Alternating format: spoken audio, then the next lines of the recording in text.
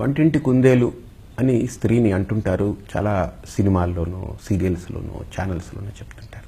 మగవాడు చేస్తే వంట మాత్రమే రుచికరంగా ఉంటుంది. అదే స్త్రీ చేస్తే ఆ వంటలో ఒక ప్రేమ ఉంటుంది, ఒక ఆప్యాయత ఉంటుంది, ఒక అనురాగం ఉంటుంది. మగవాడు కలిపి నోట్లో పెడితే బిడ్డలు తినలేరు. అదే కన్న తల్లి కలిపి గోరుముద్దలు తినిపిస్తే తినగలరు హాయిగా. అంటే తల్లి స్పర్శ అంత గొప్పది. నా అభిప్రాయం ఏంటంటే, వ్యక్తిగతంగా ఇన్ని చూస్తూ ఒక స్త్రీ తన చేతితో భోజనాన్ని భర్తకు పెట్టిన, భార్య కొడుక్కు పెట్టిన, కూతురుకు పెట్టిన, తన ఆలోచనల్ని పెడుతుంది. దాంతోపాటు ఆహారంతో పాటు తన ఆలోచనల్ని పెడుతుంది. గుర్తుపెట్టుకోండి, నా భర్త ఇది తింటాడు, నా భర్త భాగ్యంతో ఉండాలి, నా భర్త సౌభాగ్యంగా ఉండాలి, నా భర్త ఆరోగ్యంగా ఉండాలి అని తన భర్తని ప్రేమిస్తూ వండుతుంది, తన బిడ్డల్ని ప్రేమిస్తూ వండుతుంది.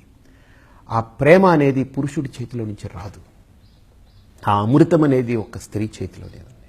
కాబట్టి వంటింటి కుందేలు అనేటువంటి మాట I hate it, really I hate that. ఒక స్త్రీ వంట చేయవలసినటువంటి బాధ్యతగా నేను భావిస్తున్నాను. ఎందుకంటే ఆ స్త్రీ చేతిలో అమృతం ఉంటుంది. ఆవిడ వండితేనే అవుతుంది. మనం ఇన్ని మాట్లాడతాం.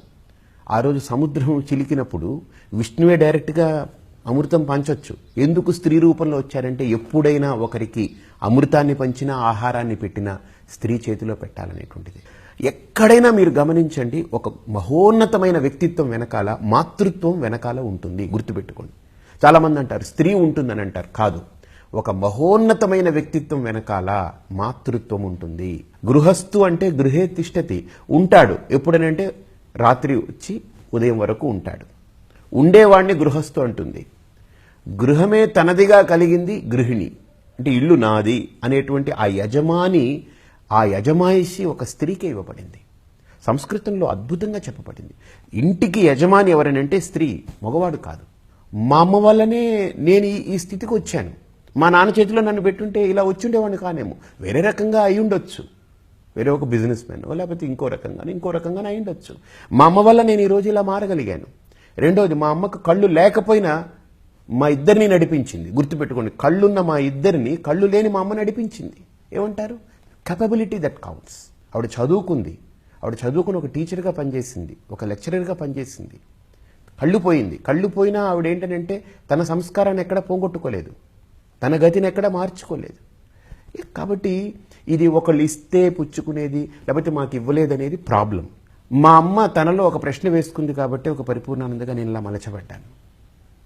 అలాగనే ఎవ్వరు ఒక వ్యక్తి మలచబడాలి అని అంటే గుర్తుపెట్టుకోండి, తండ్రి వల్ల మలచబడడు. తండ్రి అనేటువంటిది ఆ బిడ్డలకి ఏంటంటే ఒక ప్రొటెక్టర్ మాత్రమే. తల్లి ఒక స్కల్ప్టర్, తల్లి ఒక ట్రైనింగ్. తల్లి కనుక తన బిడ్డల గురించి ఆలోచించింది అంటే అద్భుతంగా మలచబడుతుంది. అంటే మహోన్నతమైన వ్యక్తిత్వాలుగా మలచడానికి తల్లే ప్రధానమైనటువంటి కారకురాలు.